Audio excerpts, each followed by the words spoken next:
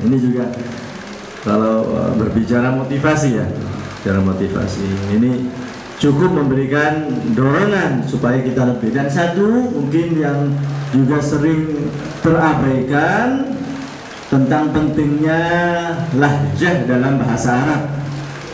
Lahjah, apa lahjah ini? Aksen atau gaya berbahasa ini sangat penting karena kaitannya dengan maharatul kalam, dan mungkin ditekankan lebih kepada para praktisi pengajarnya supaya lebih menekankan terhadap lahjah, karena itu mazhar yang paling nampak adalah lahjah. Maaf, beberapa tahun yang lalu ketika kita masih di Hadramaut, ada tamu dari Indonesia, profesor doktor ya, istilahnya utusan dari negara resmi. Masya Allah, bahasa Arabnya Masya Allah, bahasa koran, bahasa internet, bahasa majalah, istilahnya bahasa tinggi, sangat istilahnya kontemporer, bahasanya modern. Bicara Masya Allah, kita paham, alhamdulillah. Tetapi kita tanyakan kepada orang Arab, tidak paham mereka, tidak paham. Kenapa? Karena lahjahnya Indonesia. Walakinnahu nahnu na'ti la yafhamun. Sangat disayangkan padahal mufradatnya ini mungkin sudah bukan kamus Mahmud Yunus lagi ya. Sudah kamus Yunus Mahmud sudah. Balik sudah ini. Banyak istilahnya karena dia ini utusan birokrasi, apa itu sudah pemerintahan, bahasanya bahasa intelektual, tetapi tidak dipahami karena apa? Lemahnya aksen berbahasa, lahjahnya sangat lemah. Maaf ketika kita masih berada di bangku kuliah, ada teman kita ini Masya Allah semuanya ngelontok, tahu ngelontok? Orang Jawa ada nakul bil maduri atau ngelontok. Ngelontok ada di mana? Mendarah daging, ya. Mendarah daging sudah. Manteknya Masya Allah, nahwunya Masya Allah, bukan alfiyah lagi sudah, zawaid alfiyah. Manteknya bukan mantek Sulamul Munawwarah, zawaid Sulamul Munawwarah, tambahan manzumah lagi. Ini macam-macam sudah pengetahuannya, dan dia punya ma'had memang di Indonesia. Di bangku kuliah anak ini sangat kritis. Tapi ketika dia bersuara pasti bikin sumpah orang Arab. Kenapa? Karena tidak bisa dipahami.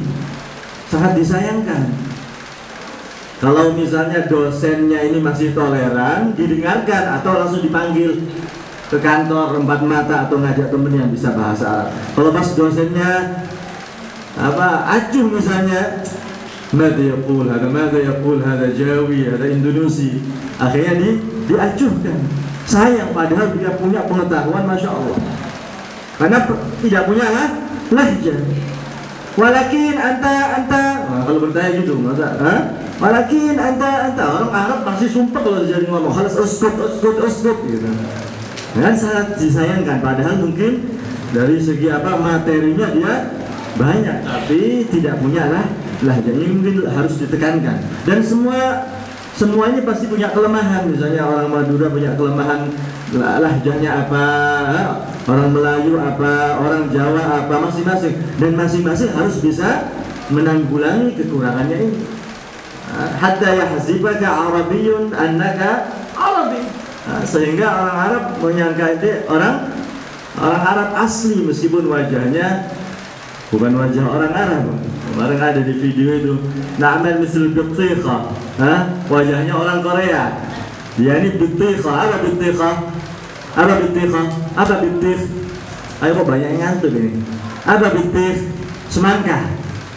Luarnya hijau, dalamnya merah. Luarnya Madura, dalamnya Arabi. Paham tuh?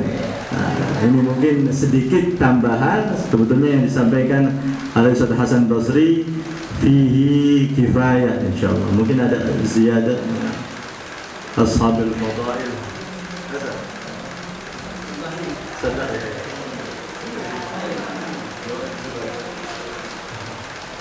Assalamualaikum warahmatullahi wabarakatuh. Setelah kita dengarkan daripada anjuran-anjuran supaya seseorang tersebut bisa lancar berbahasa Arab, khususnya bagi mubtadi'in.